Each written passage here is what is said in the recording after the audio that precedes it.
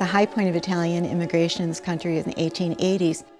They're coming in various points of entry all across Columbus, and then they're going to be settling sometimes in what had been or alongside predominantly African American communities. Milo Grogan, Flytown is another good example.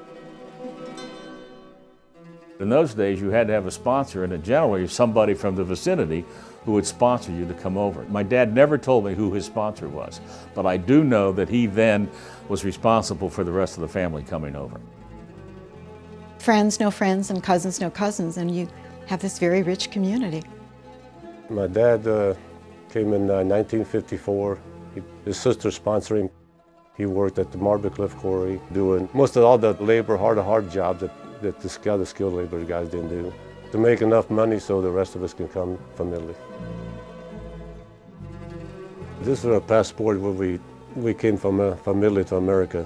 When I look at this, it reminds me how it was just a mother and four young children together, and how all the things we had to go through just so we can come to America, to be reunited with our father and my sister and brother. The first generation kind of set the stage for the second generation and the third generation following them to give them a life which was better.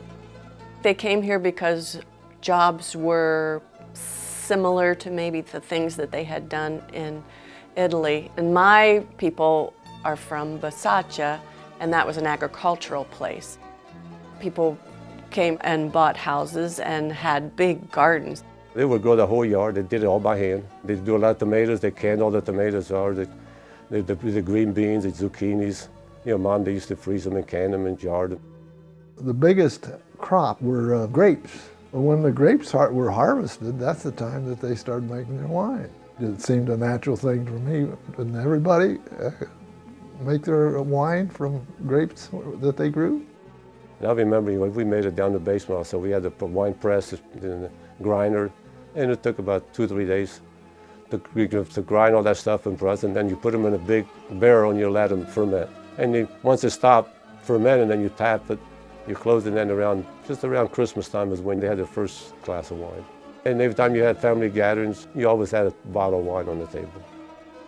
My grandfather made wine every year with his pals, fellow immigrants that had come over from Italy, and we would help them grind the grapes for the wine that they made. And I might add, it was maybe the worst wine I've ever had, but they had a good time making it. Most of the Italians, they brought with them a lot of their lifestyle from the regions in Italy they came from.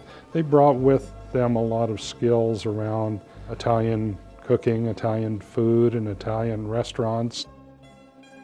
You don't need to necessarily know a whole lot of the language to be able to do this.